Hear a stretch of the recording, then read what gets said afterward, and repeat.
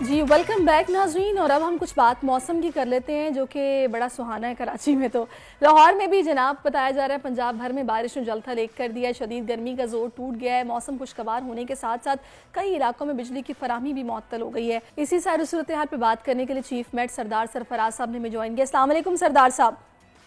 जी वालेकुम अस्सलाम। सरदार साहब, पूरे मुल्क में हम देख रहे हैं कि मानसून का आगाज हो गया है। क्या खबरें हैं सिंध के हवाले से?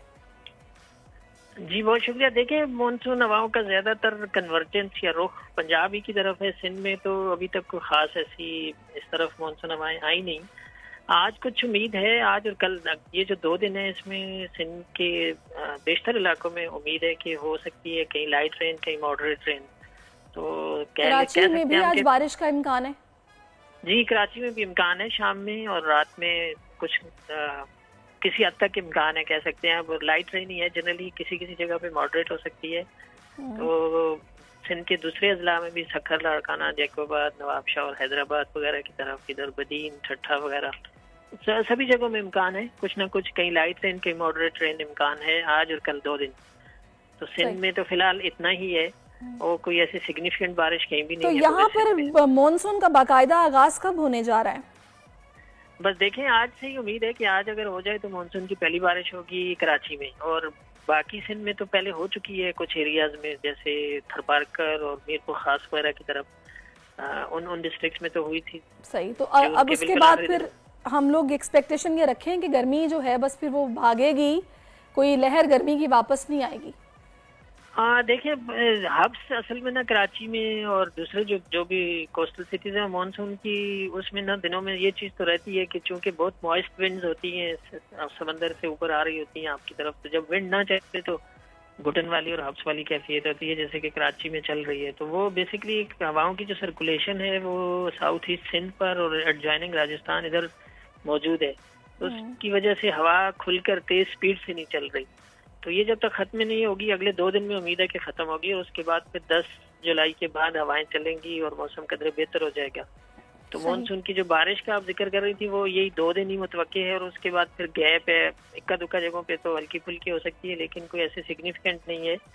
कोई 17-18 जुलाई तक, फिर उसके बाद फिर इम्कान होगा मानसून हवाओं का दोबारा सिंध की तरफ अच्छी बारिश बरसाने का।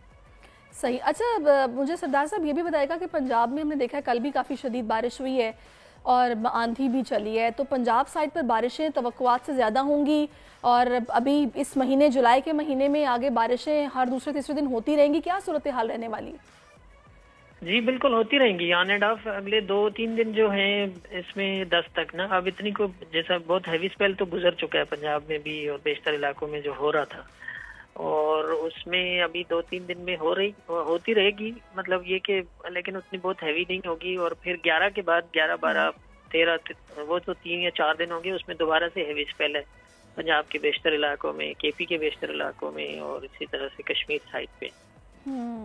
अच्छा, और मुझे ये भी बताइएगा सरदार साहब के जो नॉर्दर्न एरियाज़ हैं, बलूचिस्तान वाले साइड, तो बाज़ात इस मौसम में सीज़न में बड़ा जहमत बन जाती हैं बारिशें, तो वहाँ पर क्या सूरत हाल रहने वाली? देखिए, अभी इस स्पेल में तो इतनी को बहुत हैवी नहीं है, मॉडरेट टाइप ही है, लाइट टू मॉडरेट। लेकिन बलूचिस्तान का आपको पता है कि पहाड़ी इलाकों में, पहाड़ों पर अगर बारिश कोई 30-40 मिलीमीटर भी पड़ जाए तो वो फिर पानी जमा होकर नदी नालों में ग्रेविटी की वजह से तुगयानी आ जाती है। तो इस स्पेल में तो नहीं, लेकिन अगला जो स्पेल है 1-2 स्पेल मजीद होंगे जुलाई में कम से कम, तो उसमें खदशा रहता है, उसमें फ्लैश फ्लडिंग। चलें जी, दुआ है कि अल्लाह ताला अब ये इसको रहमत बनाकर ही बरसाए कहीं। बहुत शुक्रिया आपका।